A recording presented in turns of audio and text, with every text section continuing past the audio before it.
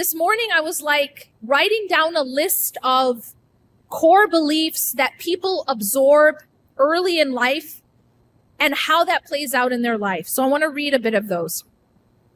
I'm not good enough. I'm a failure. I don't measure up. I will never measure up. I am broken. I am defective.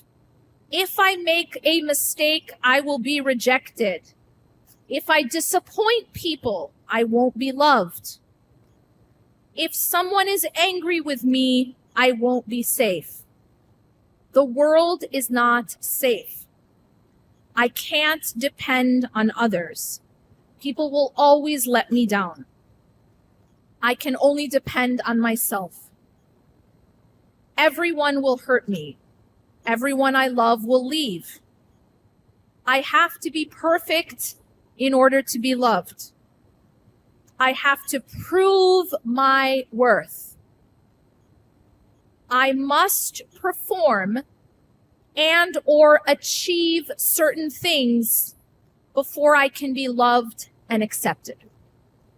All of these are false core beliefs that many people don't even realize that they are operating out of. And so it's important for us to see how these play out in our life. For example, people-pleasing comes from the idea that if someone is disappointed in you, if you disappoint others, if you say no to others, if others are angry with you, you won't be safe. And that's because that was the case in childhood. But what we have to learn to heal that is that as adults, we have to realize that we are safe. And even if someone is disappointed, you will still be safe. And even if someone is angry with you, you are still safe. This is retraining your nervous system. Literally, to be able to understand that even when someone isn't happy with you, you're still safe. It's the retraining of the nervous system. Someone who has the core belief that unless I perform or achieve certain things, I will not be loved or accepted. How does that show up in adult life? These are the people who might become hyper independent, or rather workaholics. They are become extremely obsessed and focused on proving themselves. That they will become actually, they'll get very addicted to their job, their career, and they lose balance.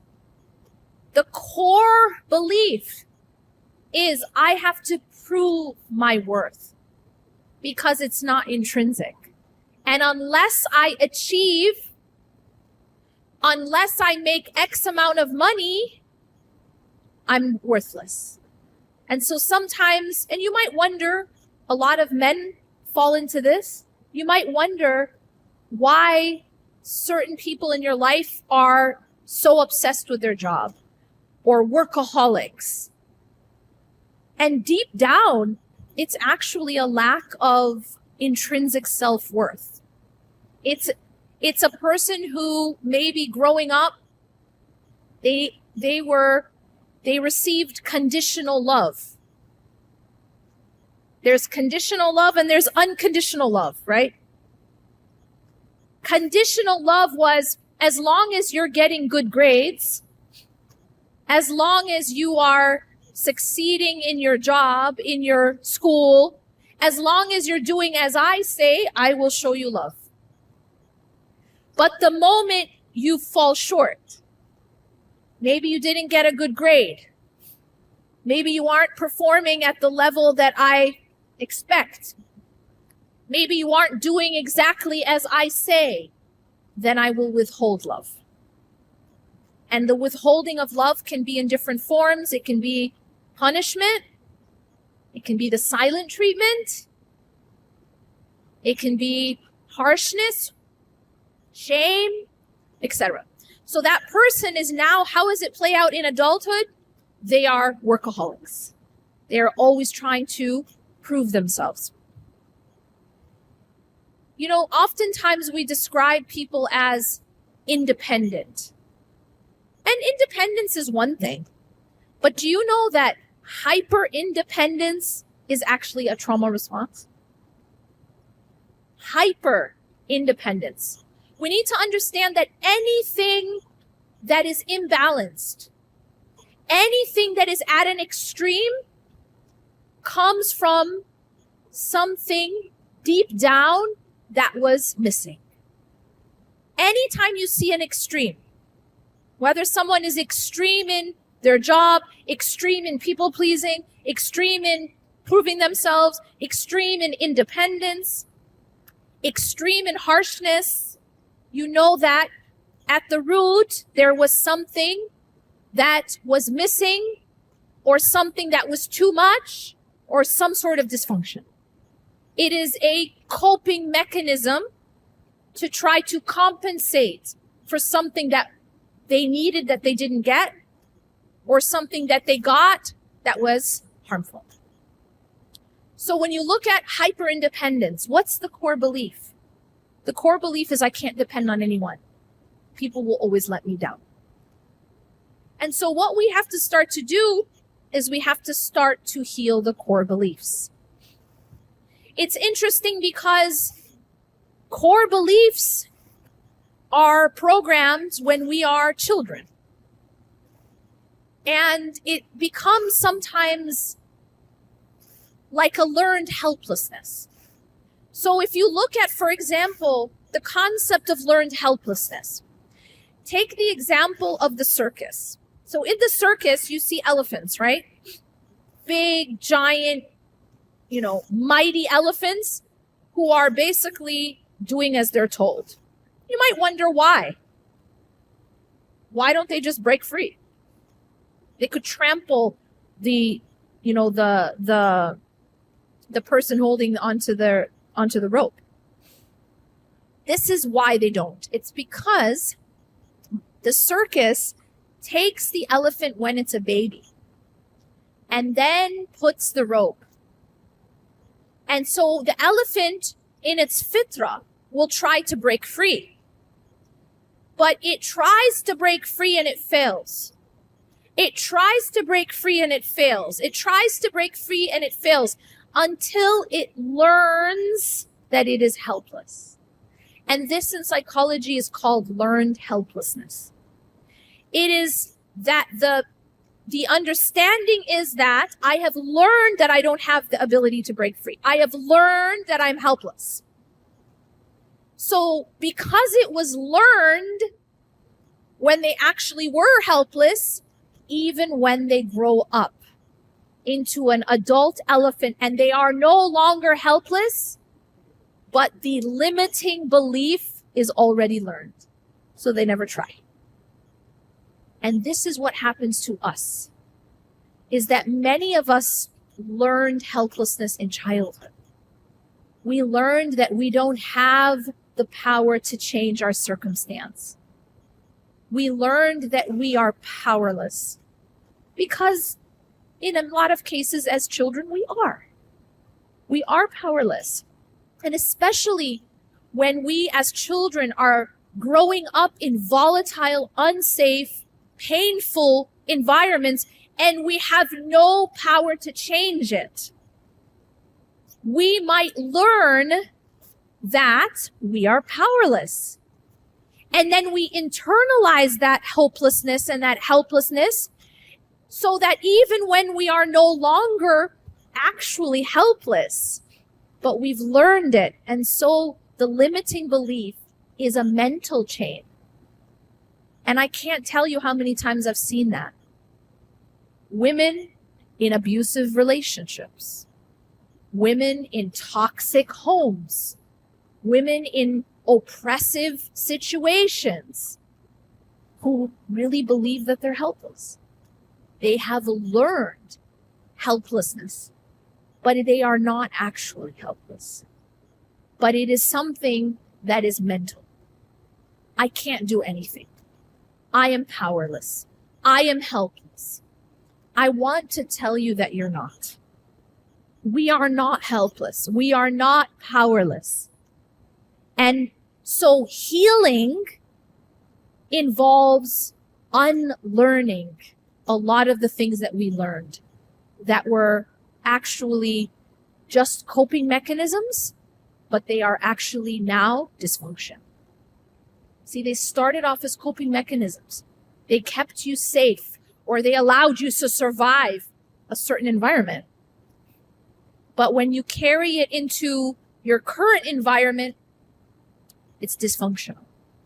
And we have to learn to break that and to heal from what used to be a coping mechanism. What's interesting is that our dysfunction today used to be an old coping mechanism. People pleasing, hyper independence, trust issues, the suppression of emotion, all of these things, they were coping mechanisms, but they need to be unlearned and rewired in order for us to heal. How do we heal? So I'll tell you something really interesting that happens sometimes is that how many of you are overthinkers? I got some overthinkers. Can I tell you something that was like mind-blowing when I read this? You ready for this? Are you sure? Okay. It's going to blow your mind. Like mind-blown emoticon. Overthinking is underfeeling. What does that mean? We overthink to avoid feeling. We try to stay in our heads to stay out of our bodies.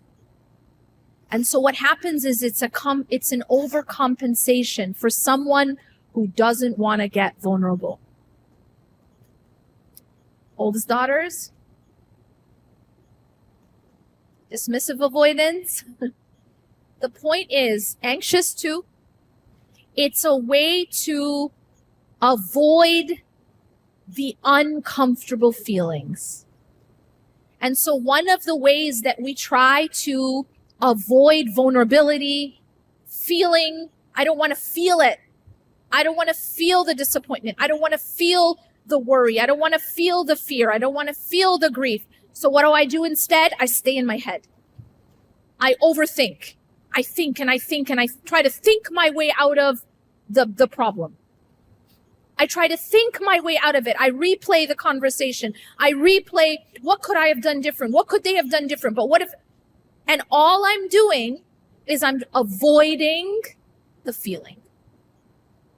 So if you want to stop overthinking, you got to feel the emotion that you're trying to avoid. And what's so interesting about healing and mental health in general is something you might not expect.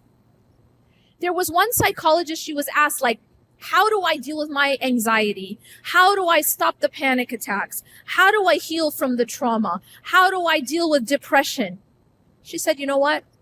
The answer to all of these questions is essentially the same. You have to feel your pain.